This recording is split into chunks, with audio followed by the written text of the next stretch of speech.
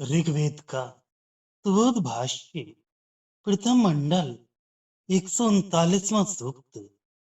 पहले बुद्धि से मैंने अग्नि को धारण किया। इसके बाद हम अग्नि से उस दिव्य शक्ति को मांगते हैं। इंद्र और वायु को वरण करते हैं, क्योंकि तेज युक्त यज्ञ में मैंने प्रशंसनीय कर्म किए हैं। इसलिए हमारी स्तुतियां देवों के पास जाएं, हमारी पुकार देवों के पास सीधी जाए। क्योंकि हे मित्र वरुण, तुम अपने बल से सत्यशील के द्वारा असत्यशीलों पर शासन करवाते हो, तथा बलवान की अपनी शक्ति से शासन करवाते हो। इसलिए तुम दोनों का सोने जैसा चमकीला तेज हम अपनी बुद्धि, मन और इंद्रियों से तथा ज्ञान की आंखों से घरों में देखते हैं। हे अश्विनी देव, देवों की भक्ति करने वाले मनुष्य तुम दोनों को सुनाते हुए स्तोत्रों द्वारा तुम्हारे यश को गाते हैं। भक्त जन तुम दोनों को पुकारते हैं। हे सर्वज्ञ अश्व देवो, संपूर्ण संपत्तियां और अन्न तुम दोनों में निहित हैं। हे सुंदर देवों, सुंदर सोने के रथ में रथ की नाभियां तुम दोनों को ले जाती हैं। हे सुंदर अश्विनों, तुम दोनों स्वर्ग को जाते हो और रथ को जोड़ने वाले सारथी द्युलोक के मार्गों पर दौड़ने वाले घोड़ों को जोड़ते हैं। ये बात सब जानते हैं। हे सुंदर अश्विनों, हम तुम दोनों को सुनहरे और अच्छी तरह से बंधे हुए रथ में बिठालते हैं। तुम दोनों अपने बल से लोकों पर शासन करते हुए, जलों पर नियंत्रण रखते हुए अपने अपने मार्गों से जाते हो। पुरुषार्थ से धन प्राप्त करने वाले अश्विनी देवों, हमारे कर्मों से प्रसन्न होकर तुम हमें रात दिन धन दो। तुम्हारे ये दान कभी भी क्षीण ना हो, हमारे दान भी कभी कम ना हो। हे बलवान इंद्र, ये पत्थर से कूटे हुए बल के लिए पीने योग्य ऊपर उठे हुए सोम निचोड़े गए हैं। ये ऊपर उठे हुए सोम तेरे लिए तैयार किए गए हैं। वे बड़े विचित्र धन के देने के लिए तुझे आनंदित करें। हे स्तुति के योग्य इंद्र, वाणी से स्तुति प्राप्त करता हुआ तू आ, तू प्रसन्न होता हुआ तू हमारे पास आ। हे अग्रणी देव, हमसे प्रशंसित हुआ हुआ तू हमारी प्रार्थना सुन, और अत्यंत पूज्य प्रकाशमान देवों से तू कहे कि हे देव, तुमने जो गाय अंगिराओं को दी थी, उस गाय को अर्यमा ने संगठन के कार्य के समय दुहा था। उस गाय को अर्यमा और मैं दोनों जानते हैं। हे मरुद वीरों, वे तुम्हारे प्राचीन काल से पराक्रम करने वाले सामर्थ्य हमसे कभी भी दूर ना हो। उसी तरह हमारे यश कभी क्षीण ना हो और हमारे नगर नष्ट ना हो।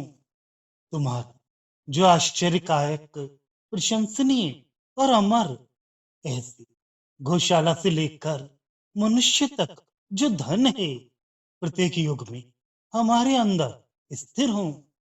जो धन कठिनता से मिलने योग्य और अजिंक्य है, विविध तुम हमें दो।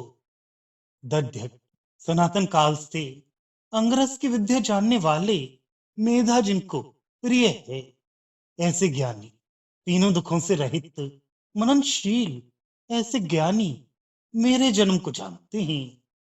वे मननशील ज्ञानी मेरे पूर्वजों को जानते हैं। उन ज्ञानियों का देवों के साथ संबंध रहता है। उन देवों में हमारी शक्ति है। उन देवों के कदमों पर चलकर मैं वाणी से उनको नमस्कार करता हूँ। वाणी से मैं इंद्र और अग्नि की स्तुति करता हूँ। यज्ञ करने वाला यज्ञ करे तथा अभिलाषी जन अपनी अभिलाषाओं को प्राप्त करे। हित की कामना करता हुआ वाणी का स्वामी, ज्ञानी, बलयुक्त और अनेकों द्वारा चाहने योग्य सोम के द्वारा यज्ञ करता है। हम दूर की दिशा से आती हुई सोम कूटने के पत्थर की आवाज स्वयं सुनते हैं। उत्तम कर्म करने वाला ये यज्ञ मनुष्य जलों को धारण करता है। श्रद्धा युक्त मन से यज्ञ करने वाला मनुष्य अनेक घरों को धारण करता है। हे देवों, द्युलोक में अपनी शक्ति से जो तुम 11 हो, पृथ्वी में 11 हो, अंतरिक्ष में 11 हो, हे देव, वे सब तुम इस यज्ञ का सेवन करो। भावार्थ, सबके पोषण करने वाले देव की महिमा बहुत बड़ी है। पोषण करने वाले की शक्ति बहुत बड़ी होती है। इसलिए इस देव की शक्ति को कोई दबा नहीं सकता, अथवा इसके स्तोत्र को भी कोई बिगाड़ नहीं सकता। ये देव यज्ञकर्ताओं के मनों को आपस में संगठित करता है। इसलिए वे सब एक मन वाले होकर यज्ञ करते हैं। जिस प्रकार मनुष्य वेगवान घोड़े की प्रशंसा करके उसका उत्साह बढ़ाते हैं, अथवा जैसे संग्राम में वीर की प्रशंसा करके उसका उत्साह बढ़ाया जाता है, उसी प्रकार सभी पोषण करने वालों का उत्साह बढ़ाना चाहिए। इस पोषक देव के साथ मित्रता करनी चाहिए, क्योंकि ये देव अपने उपासकों को युद्धों से उसी तरह ताड़ता है जिस तरह एक ऊंट रेगिस्तान से। ऐसी उत्तम वक्ता की वाणी बड़ी ओजस्वी होती है। शरीर में अग्नि को अच्छी तरह धारण करने से शारीरिक बल बढ़ता है। बल के बढ़ने से मनुष्य यज्ञ में उत्तम उत्तम कर्म करता है, और तब उसकी प्रार्थना देवों तक सीधी पहुंचती है। अर्थात उत्तम कर्म करने वाले की प्रार्थना देवगण बड़े ध्यान से सुनते हैं। वे मित्र के समान स्नेह करने वाले तथा श्रेष्ठ देव सत्य मार्ग का संरक्षण करते हैं और असत्य का नाश करते हैं। इसलिए इनकी सहायता से सत्य के अनुयायी असत्य भाषण करने वालों पर शासन करते हैं। ज्ञानी जन अपनी बुद्धि, मन और ज्ञान के द्वारा इन देवों के तेज का साक्षात्कार करते हैं। दोनों अश्विनी देव सर्वज्ञ हैं। सभी संपत्तियां इनमें निहित हैं। सुंदर और सुनहरे रथ पर चढ़कर ये सर्वत्र जाते हैं, इसलिए सब इनकी स्तुति करते हैं। अश्विनों अंतरिक्ष मार्ग से सबका निरीक्षण करते चलते हैं। इनके रथ के घोड़े बड़े ही वेगवान और रास्तों को शीघ्रता से काटते हुए चलते हैं। ये सभी लोगों पर शासन करते चलते हैं।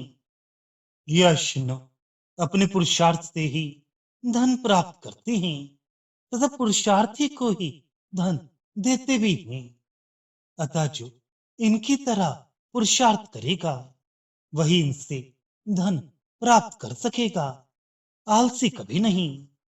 इनके दान कभी कम नहीं होते। इसी प्रकार मनुष्य के दान भी कभी क्षीण ना हो। देवों से धन पाकर मनुष्य संचित ना करें, अपितु दूसरों को दान देकर उनकी उन्नति करें। सोम विशेषतः इंद्र के पीने के निमित्त बनाए जाते हैं। इनसे इंद्र को आनंद मिलता है। ये सोम रस उत्साहदायक होते हैं, इसलिए इसका पान करने वाले सदा उन्नति करते हैं। प्रथम इस शरीर में अग्नि ने गायों अर्थात इंद्रियों को दुहा, अर्थात उनमें शक्ति स्थापित की। फिर उन गायों के रस अर्थात इंद्रिय शक्ति को आर्यमा श्रेष्ठ आत्मा ने दुहा। इस बात को आर्यमा और ज्ञानी दोनों जानते हैं। वीर सदा पराक्रम करें, उसी तरह पराक्रम करने का सामर्थ्य हमें मिले। उसके कारण हमारे यश बढ़े, हमारे नगर समृद्ध हो, वीरों का सामर्थ्य हमेशा प्रकट हो, हमें ऐसे धन प्राप्त हो कि जिन्हें शत्रु भी कभी जीत ना सकें। तीनों तरह के दुखों से रहित अत्यंत मननशील ज्ञानी मनुष्यों के सभी जन्मों को जानते हैं। वे देवों के अत्यंत निकट रहते हैं और साधारण मनुष्य देवों से ही अपनी शक्ति प्राप्त करते हैं। इसलिए देव ही उनके केंद्र होते हैं। यज्ञ करने वाला मनुष्य अनेक तरह की कामनाओं को प्राप्त करता है। वे सदा जल तथा अन्न आदि से भरपूर रहता है और अनेक घरों को धारण करता है, अर्थात सदा धन और ऐश्वर्य से संपन्न रहता है। पृथ्वी, अंतरिक्ष और द्युलोक, इन तीनों लोकों में 11-11 देव रहते हैं। इस प्रकार इन तीनों लोकों में कुल 33 देव रहते हैं। ये सब देव अपनी शक्ति से ही इन स्थानों में रहते हैं, अर्थात उनके रहने के लिए उन्हें किसी दूसरे की शक्ति की आवश्यकता नहीं रहती। इसी तरह मनुष्य को चाहिए कि वह अपने ही सामर्थ्य से स्थिर रहे। दूसरे की शक्ति के आधार पर प्राप्त की गई स्थिरता ज्यादा समय तक नहीं टिकती।